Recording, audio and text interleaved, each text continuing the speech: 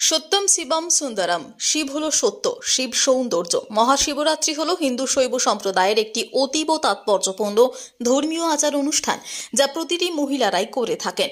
সারা ভারতবর্ষ জুড়ে এর প্রচার সর্বাধিক। তাই শিব চতুর্দশীর দিনে সকল মহিলারা এবং পুরুষেরা উপবাস থেকে শিবরাত্রি উদযাপন করেন। মহাশিবরাত্রি একটি উল্লেখযোগ্য হিন্দু উদযাপন। ভগবান শিবকে সম্মান করে প্রতি বছর ফাল্গুন মাসের অন্ধকারে মহাশিবরাত্রি উদযাপন করা হয়। শিব ভক্তদের কাছে এই মাসটি উৎসবের চেয়ে কোনো অংশে কম নয়। শিবের আরাধনা করে তাঁর আশীর্বাদ লাভের চেষ্টা করেন সকলেই। সুখ শান্তি ও সমৃদ্ধিতে পরিপূর্ণ জীবন কাটানোর প্রার্থনা করেন সকলেই। শিব পুরাণে এভাবে জীবন কাটানোর পথ দেখানো হয়েছে।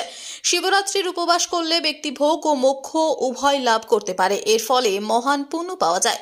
পুণ্যকর্ম করলে ভাগ্যোদয় হয় এবং ব্যক্তি সুখ লাভ করতে পারে। ইতিমধ্যেই তার প্রস্তুতি মতো জায়গা শুরু হয়ে গেছে বেশ ধুমধামের সাথে বীরভূমের বক্রেশ্বরে। সেখানেই দেখা যায় প্রস্তুতি একেবারে তুঙ্গে। কাল সকালেই মহিলারা মিলে শিবের মাথায় জল ঢেলে পুজো করবেন। এক পুরোহিতের সাথে আমাদের প্রতিনিধিরা কথা বলেন। তিনি জানান, শুক্রবার শিব চতুর্দশীর সময় লাগছে 7:56:58 এবং শনিবার প্রায় সারাদিনই থাকবে, শেষ হবে 5:41:57। 8টায় পুজোতে বসবেন পুরোহিতরা। দর্শনার্থীদের জন্য সারা রাত মন্দিরের প্রবেশদ্বার খোলা থাকবে। তিনি আরও জানান, প্রশাসনিক ব্যবস্থায় মুড়ে ফেলা হবে গোটা মন্দির চত্বর। ক্যামেরার মুখোমুখি হয়ে পুরোহিত কি বলেছেন শোনাবো আপনাদের। বলুন। কাল থেকে তো শিবরাত্রি, কালকে শুক্রবার আমাদের শিবরাত্রির পুজো শুরু হবে প্রায় 8টা, অর্থাৎ 7:56:58 এরকম টাইমে শিব চতুর্দশী লাগছে শুক্রবার। শনিবার সারা দিনটাই থাকছে ওই আপনার ওই 5:41:57 এরকম একটা আর কি, মানে নিয়ার অ্যাবাউট 6টার সময় ছাড়ছে, আর এদিকে প্রায় 8টার সময় শিবরাত্রি লাগছে। শুক্রবার অর্থাৎ 8 তারিখ সারা রাত্রি মন্দির খোলা থাকবে। তীর্থযাত্রীদের জন্য, ভক্তের জন্য সারা রাত ধরে পুজো হবে, সুশৃঙ্খলভাবে পুজো হবে। লাইন ধরে মায়েরা, বোনেরা, ভক্তরা যারা আসবেন তারা সুশৃঙ্খলভাবে বাবা বক্রেশ্বর মন্দিরে, মহাশিবের মন্দিরে, অষ্টাবক্রবরী মন্দিরে পুজো করবেন, জল ঢালবেন। তার পাশে মায়ের মন্দিরে, মহাপীঠস্থান মায়ের 51 পীঠে পীঠস্থান মন্দিরে পুজো করবেন। তার পাশে বটুকনাথ ভৈরব মন্দিরে পুজো করবেন। এবং সময়টা খুবই কম দেওয়া যাবে, বেশিক্ষণ সময় ভেতরে যাওয়া যাবে না। যারা লাইন দিয়ে যাবেন তারা শুধুমাত্র বাবার মাথায় জল ঢেলে একটু পুজো করে সঙ্গে সঙ্গে বেরিয়ে আসতে হবে।